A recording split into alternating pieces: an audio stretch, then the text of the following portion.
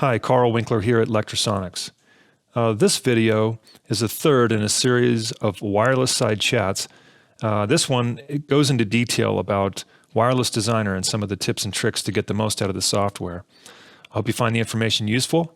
Please be sure to comment and ask questions and we'll be happy to answer them. And don't forget to subscribe and like the video as well. Thanks for watching. Carl Winkler here at Lectrosonics, and this is the session on the Wireless Designer, software basics, as well as some tips and tricks. The Wireless Designer software is mainly designed as a tool to coordinate your wireless system and monitor it, and it is compatible with our systems going back to the original Venue, as long as it's a wideband, and then the DR digital system introduced in 2014, and then the Venue 2 and the Duet system, and now the DSQD. So it's very versatile system that is powerful, and it has a lot of things going on in it and more all the time, as I will show you some new features that you may not know are in there in the current version. I'd like to stress that, speaking of new version, that it's important to update the software often to make sure that you get the new features, but also for compatibility with the latest hardware. As the software evolves and the hardware evolves, you need to keep both things updated. So, you know, when I looked yesterday at my own system, I was running the PC version 2.0.16, and it turns out that the current version is 2.0.21, so I was quite a few versions behind. So the way to check that is here under Help, About Wireless Designer, and this is where you'd see the version number. And so I went ahead and updated it. And the process for updating it is that you need to uninstall it using your computer, uninstall feature, and then go ahead and download the latest version from our website. And to find it, you look at our website under Support, the drop-down menu there, Wireless Designer, and that'll take you straight to it. Then you want to look at the revision history to make sure that your version is current.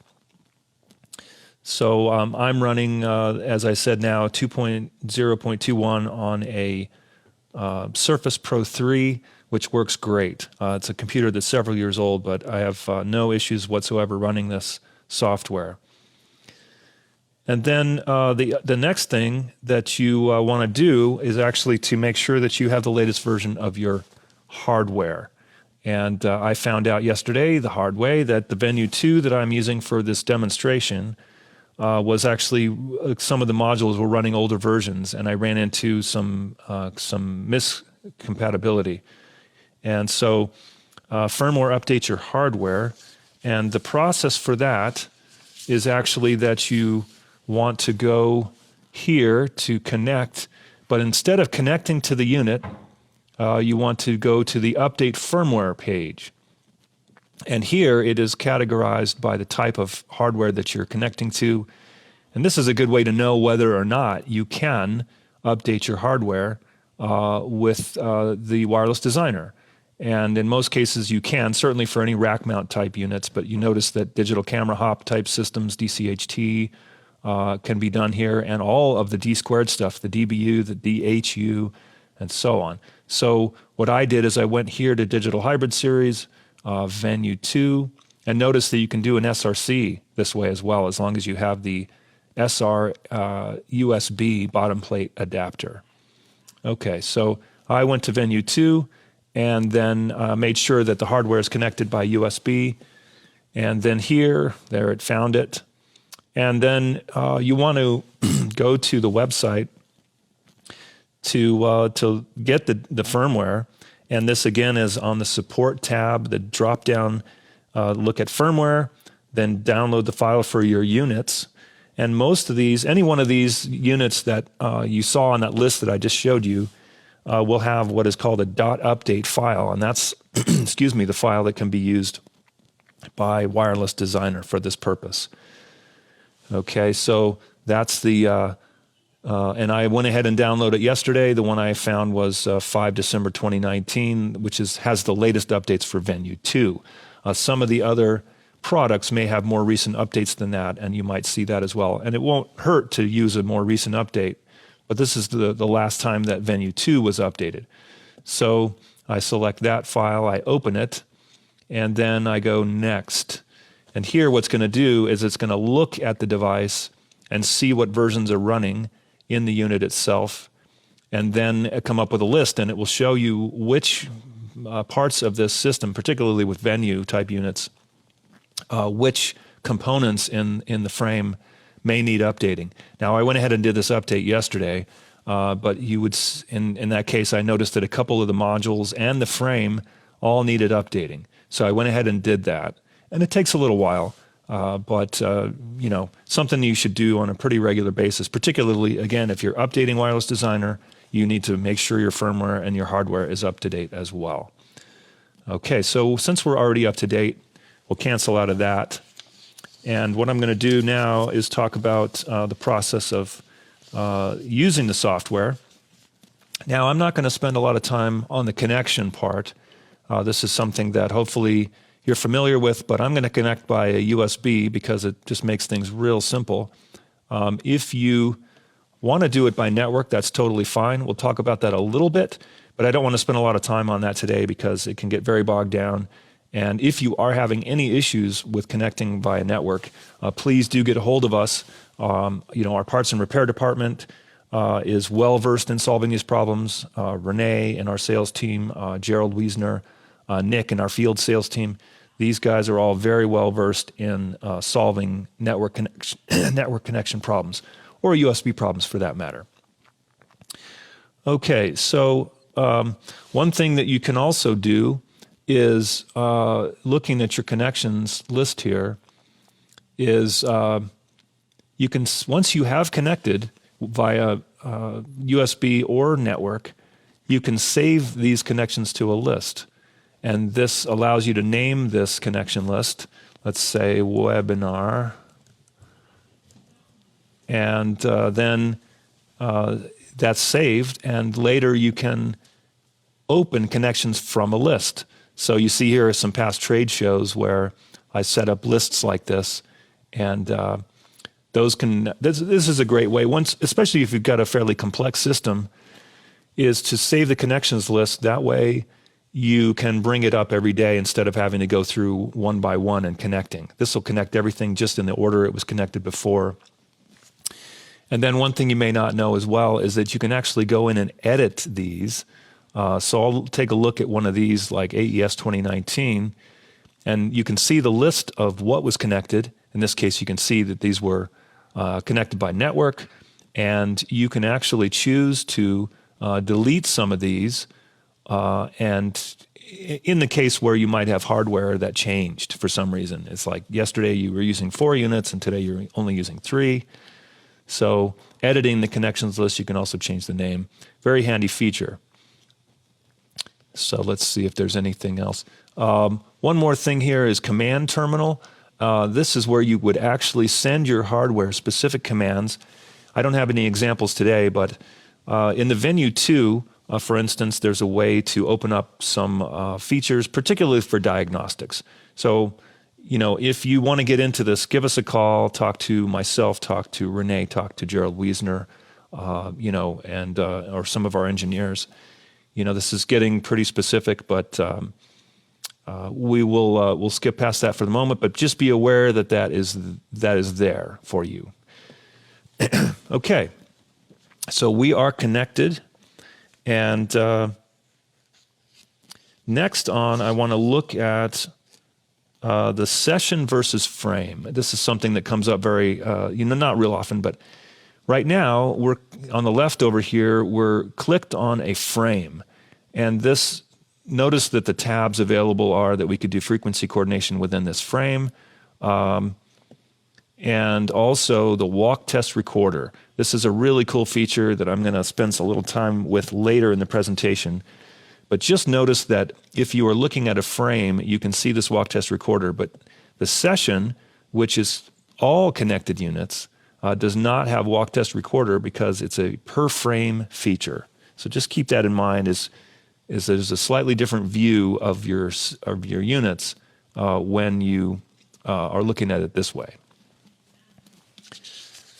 Okay, so I'm going to move on now to my normal operations, which I'm going to typically do things on a session basis. And frequency scan is the first thing I would often do when I get to a location. So here we'll go ahead and start one.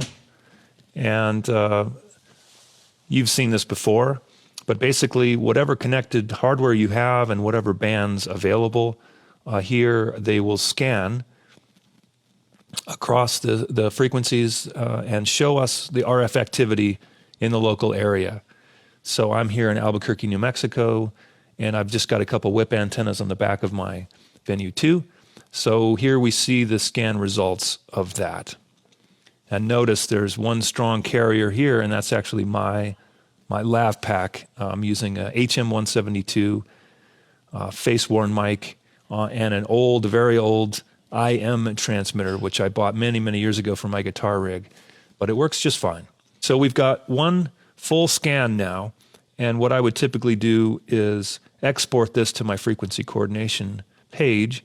But notice that I can also export this to a file. So I can save this, and I did one yesterday like it, but ABQ scan 4120.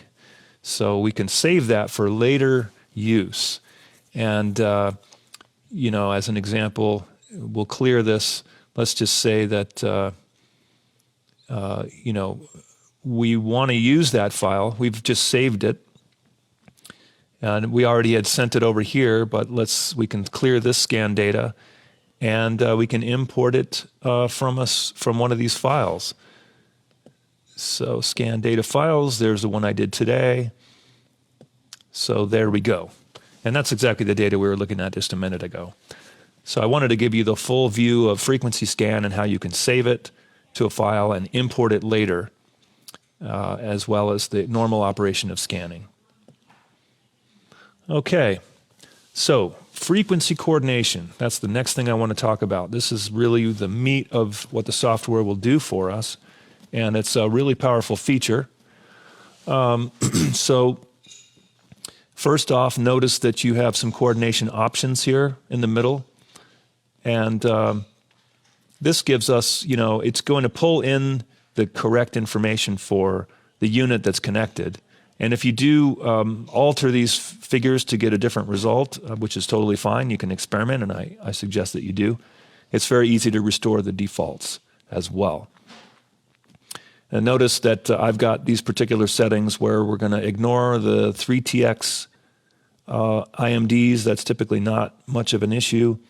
And we're not going to consider 7th order or 5th order intermods because those normally are such low level that they have very little effect unless you're really pushing the limits of your system.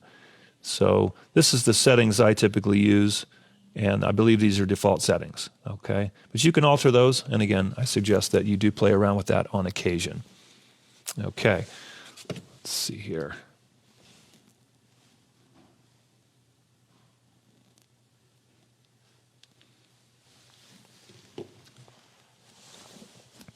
Okay, so there's a couple ways to do a frequency coordination.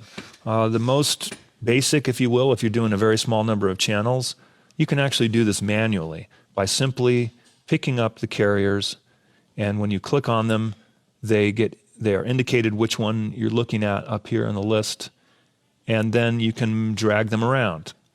And notice one of the interesting things about them, when you move them around, notice that the intermods, these are our 3rd order intermods, will move around as well. As I move these things, the intermods move. And this is one way to understand the relationship between your carriers and the intermods that are there. Okay, so for instance, if I wanted to find good channels for these or good locations for these, I would probably put this one here. This one's already in a pretty good spot. This one's not in such a good spot. I'd put it maybe here and move this one down over here. So now, not only do we not have any conflicts with intermods, but we're probably in very low noise places in the spectrum. So we'll go ahead and deploy this as system. That means we're going to tune our system to these new frequencies. And notice when I do that, that the noise floor on my channels has dropped significantly. So this is exactly what you want to see. In fact, if you tune things like that and then deploy and come to this place and don't see a drop in noise floor, I would say go back and look a little harder at it. Another thing that you probably need to know about is that you can zoom in and really look closely. There may be places when you look closely that you didn't notice before. So let's get in real close. Notice that there's a little bit of a notch right in there where we probably can make it work. And here, things like that. So keep that in mind, that zoom is a good way to figure out if there's some additional cracks where you can put your units. So that's manual tuning using the frequency coordination software, which can be very handy. Okay, so now next is automatic, and this is really what you want to use if you have a lot of channels to consider. Manual is great for, I don't know, maybe 6 or 10 or 8 channels, but when you start getting more than that, it becomes very difficult to manually tune them because they'll start stepping on each other and interacting. So the automatic thing, of course, it's already pretty well coordinated, but I'm going to mess it up now and make it bad and then coordinate again and let it do it automatically so you can see that happen. Okay, now when I'm doing this automatically, the computer isn't as smart as a person, but it can do a lot more calculations a lot faster. So the first thing I want to do is actually move my threshold of acceptance down as low as possible while leaving some cracks underneath it where these channels might be placed. And notice that means in here there's just a few little slots. Here there's plenty of room, here there's plenty of room. Okay, so that's a key to success here, is to move that threshold as low as possible. And notice we have a bunch of conflicts detected now. These are terrible channel placements. We're going to deploy this to system so you can see how the noise floor is going to come up again on all those channels. So that looks pretty bad, right? Yeah, there's something kind of stepping in there. Interesting. Okay, so now what I'm going to do is coordinate selected channels automatically. And you'll see it happens very quickly. And it's found what it likes. I'm going to deploy that to the system and then check my noise floor. And again, you should see it drop nicely. And indeed, it does.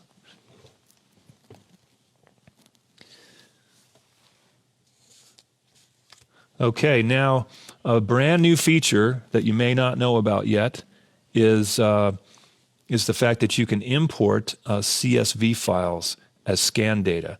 And this was just introduced recently, and I know Yuri worked real hard on this, and it works great. So let's just clear this scan data and say we want to do a coordination in advance for something that's not here local and we can't do a scan for. So we're going to import scan data from file. And what we did that before, but we used the scan data files, one that I created with my own system. Now we're going to go to CSV files. And this file here is from Dallas. It's from the Gas Monkey Bar and Grill. And this scan was made using an RF Explorer. So we'll go ahead and open that. It's going to import that information. And there's our scan. And notice that it conflicts with the frequencies that I chose. And notice the scan data is much wider band. It goes all the way up to the high 700s. We can't really use that information up there anymore. So we're going to zoom in to the range that we think is usable by our hardware. And we see, once again, some cracks and so on down there. So if I want to do that, same thing, automatic, coordinate selected channels, and deploy to system, and we should be good to go. Now, in this case, we might run into some conflicts because that scan data was not from the local area. And indeed, channel 2 here looks pretty bad. So let's go back to, we're going to clear that scan data, import from file. We're going to go back to the file we just made earlier and bring that in and let the computer coordinate selected channels once again. So there we go. There's our new coordination. Deploy to system, and we should see a low noise floor. There we go. Looks pretty good. So next up is custom channels. And this is where you can actually add things into our coordination that are not connected hardware, either another manufacturer or anything that can't be connected and automatically brought in. So let's just say what we want to do is we're going to add an IFB channel because the IFB T4 has no network connection or USB, IFB1, and we're going to select that it is in block 470.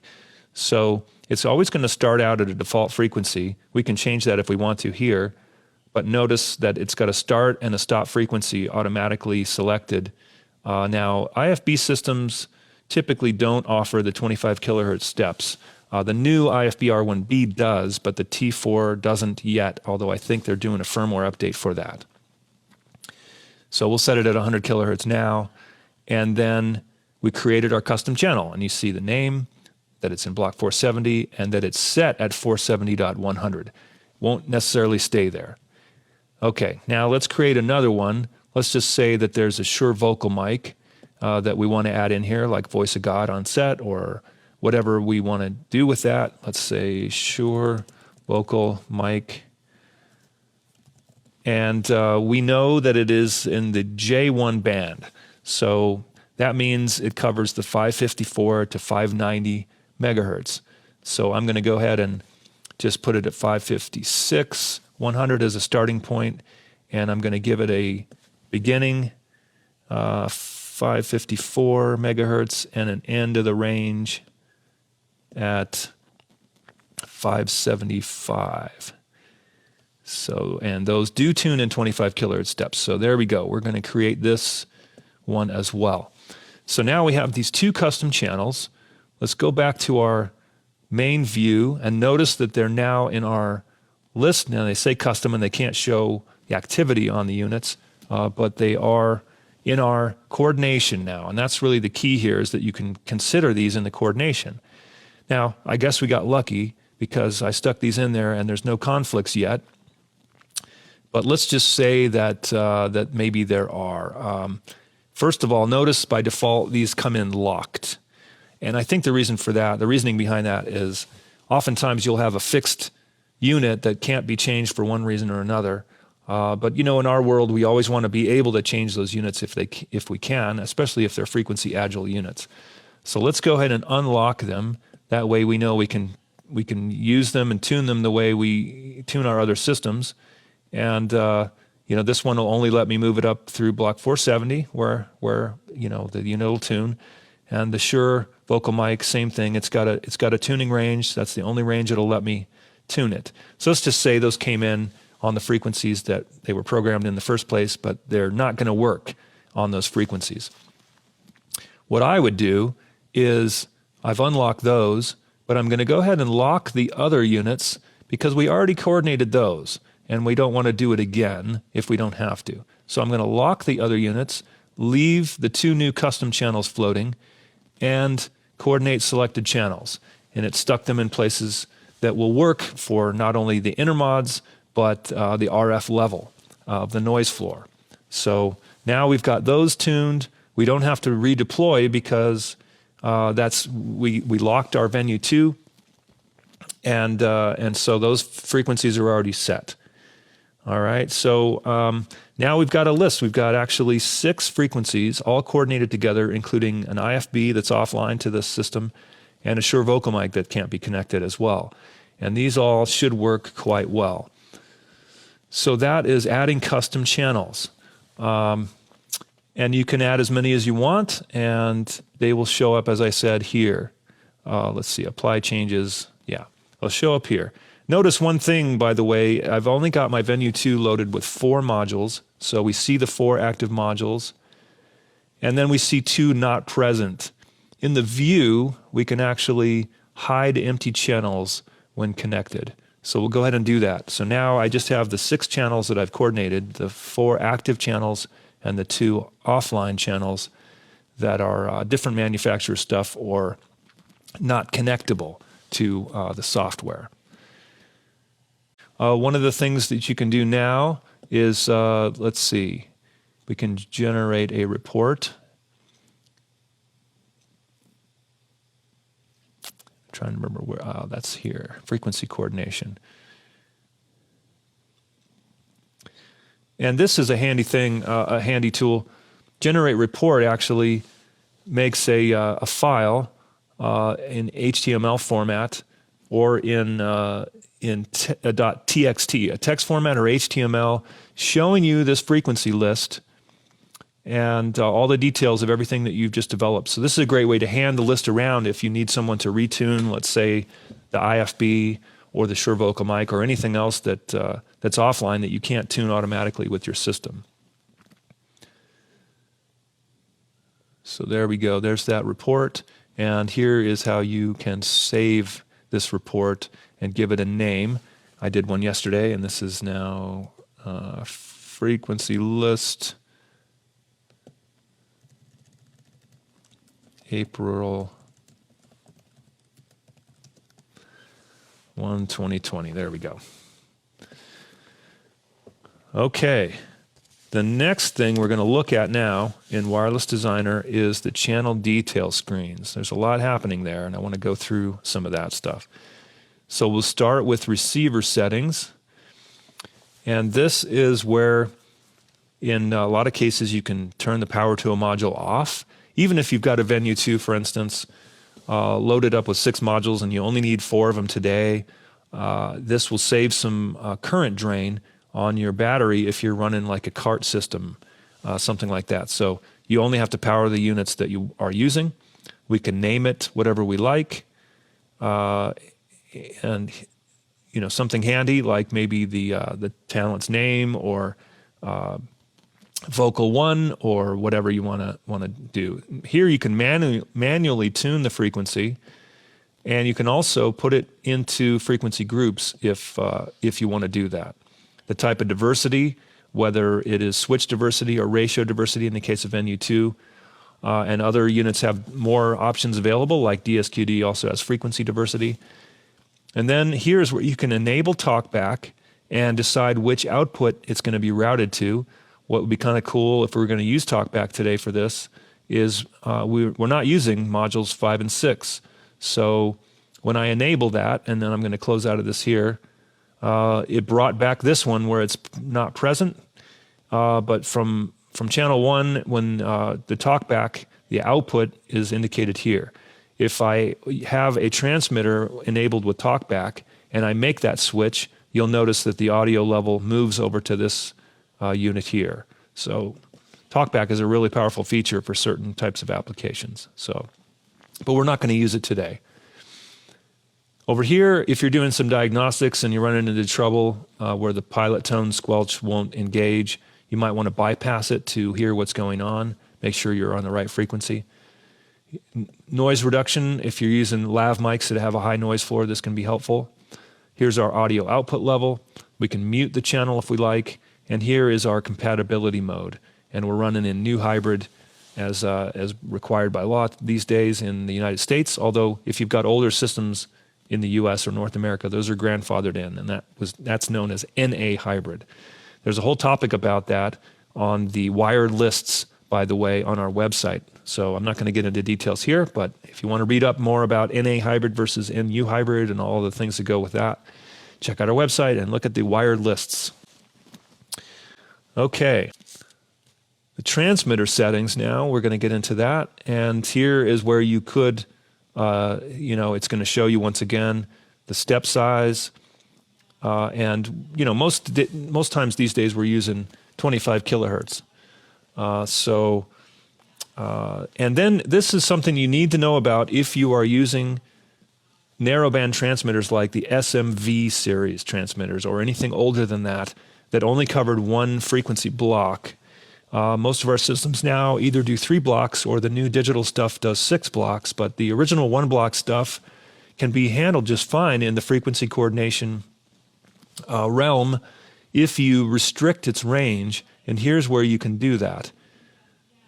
So within the A1 band, you can pick, of this receiver, you can pick one of these specific blocks, and it will only tune within that block. So we're going to not do that because we are using a wideband transmitter today.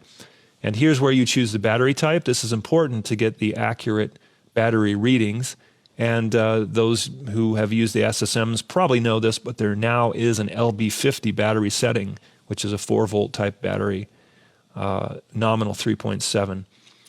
And here you can enable a battery timer alarm and choose a threshold. So let's say you know the batteries last at least 4 hours, probably 4.5 to 5, but you want to be reminded at 4 hours that the battery has been used that long. And what it's going to do is actually, when the carrier is present, it will count up, and when the carrier is not present, it will stop counting. So most of you probably have used battery timer feature before on our receivers, but it's a little bit enhanced in Wireless Designer. So next up, we're going to use infrared sync to set up a transmitter. So I've got my SSM now. I'm going to turn it on, RF off, and I'm going to hold it up to the infrared window on my Venue 2, and I'm going to send my settings. And I'm going to watch the transmitter, and it says IR sync, so we should be good to go. Now, as a confirmation step, always while I'm still here, I'm going to turn it off and turn it on to full and see if I've got a lock, and I do. And there we go. You can actually, the audio level's fairly hot with this thing. Of course, I've got a DPA mic on it, a 4061, and it works real well with this transmitter. So there we go. We can see our battery level accurately. We can see our RF level. And if I try to cover the antenna and put it in a poor position, you can see what happens to the RF signal. And this is a great tool, the strip chart that shows you about 10 seconds of history on this particular channel, which is great. And in context, there it is with the other channels in the session view. Okay, a little trick here that you probably don't know about is the peak hold meter setting. And what I'm going to do with that is just anywhere over here on the left, I'm going to right click and notice that I have audio meter peak hold available. And if I set peak hold, it hangs on there, and now you see it peak holding. And this could be real handy for setting your max levels on your transmitters. So now we're going to go ahead and clear it. So don't forget that. That's one of those little obscure things. Over on the left, right click, and you can set peak hold meters. You can also set or change your locale, and this has to do with what frequencies are available to you. In North America, we don't have access to TB37, 608 to 614 megahertz. In some countries, you do. So this could really make a difference for finding those last few frequencies. Okay, everybody, thanks for watching.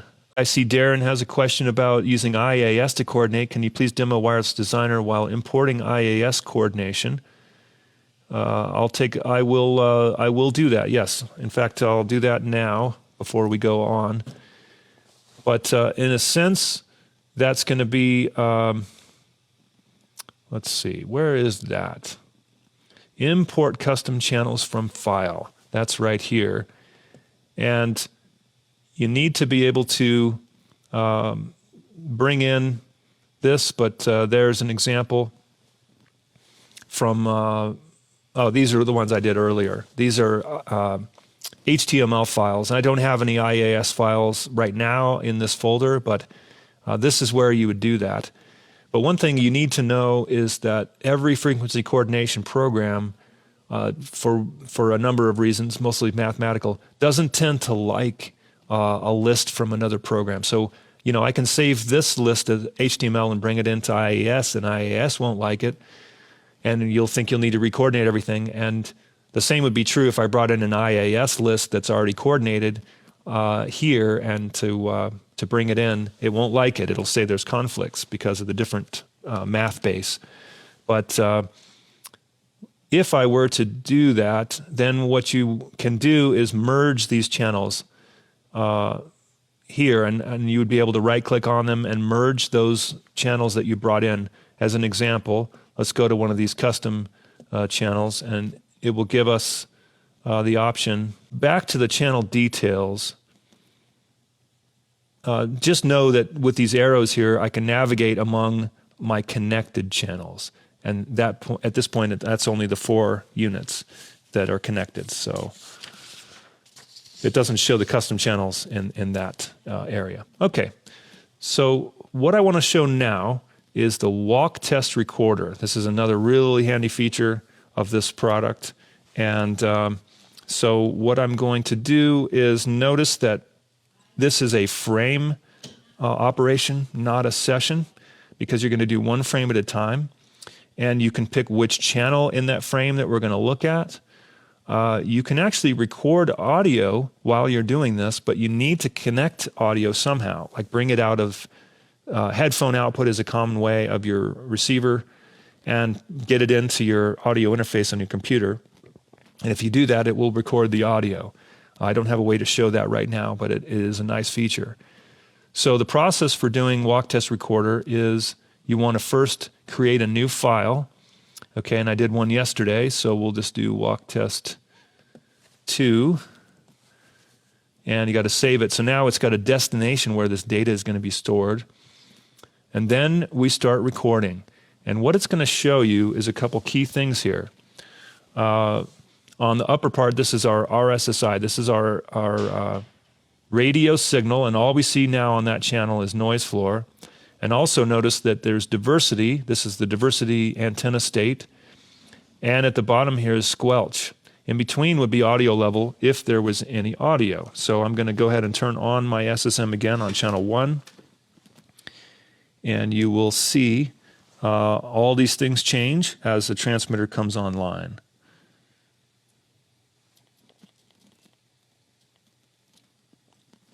Okay, so now this is more like it. We're seeing a very strong RF signal because the unit is right next to me. And then on the bottom, you notice that squelch is turned off and we actually see audio level. And if I hold the mic real close to my face on this transmitter, we see nice modulation on the lav mic on this transmitter. Now diversity hasn't switched because being so close here, it's got a very strong signal. But I'm going to try to get it to switch by lowering an RF level and folding over the antenna and trying to, let's see, I wonder if I walk around. There we go, we got it to switch. So I'm just walking around a little bit here in the loft. And notice the RF levels are quite variable because I've folded the antenna over.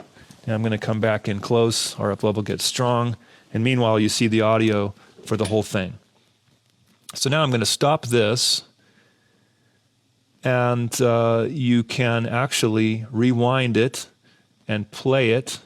So I'm going to play it and go back to the beginning, and I can play it again and see what's happening. Stop or play at any time. I can scroll around and look at where I am in this file. If there was a problem area where something squelched when it shouldn't have, for instance. Okay, so very handy tool. As I mentioned, you can actually record audio along with this, and when I play the file, I can hear the audio track itself. But to do that, you're going to have to get audio into the computer somehow from your receiver. A common way to do that is use the headphone jack on the receiver and pipe it into your audio interface on your computer. Okay, so that wraps up the walk test part of this. And notice that, you know, I can actually open an older file like the one from yesterday and look at that one as well. So this is my walk test file from yesterday. So a very, very handy tool. And again, that's frame only. Okay. Now, one thing we didn't get into is the frame settings window. So let me talk about that briefly as well. And that is here, I'm going to click on settings and notice what's here. I can describe the frame as venue frame 1, let's say. Okay. The front panel, this is where I can lock it out if you have like an installation and you don't want to anyone to make changes from the hardware. This is also where I can change the brightness of the LCD, and you can't see it changing, but I can. And then notice that, you know, when I put this description in, that description now shows here under the frame itself. And in the stack, if I had multiple units connected, each one could have their own, excuse me, name.